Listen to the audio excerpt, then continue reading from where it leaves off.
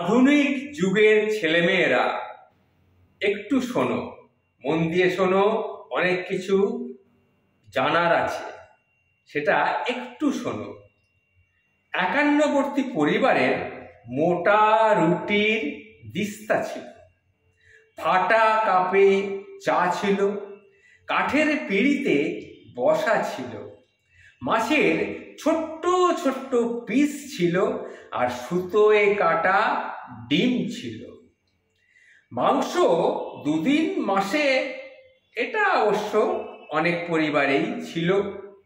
ঘুঁটে কয়লার আঁচ ছিল, বাটা মশলার ঝাঁঝ ছিল, ধুলো ঝাড়তে কুলো ছিল।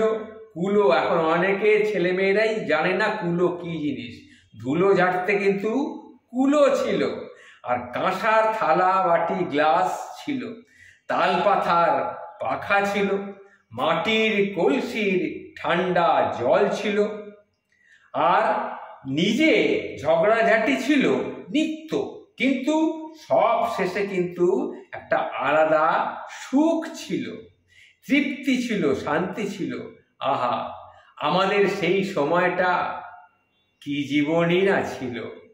এই কথাগুলি আমি বললাম আধুনিক যুগের ছেলে মেয়েদের জন্যে, যারা এগুলো সম্বন্ধে কোনো ধ্যান ধারণাই নেই তাদের।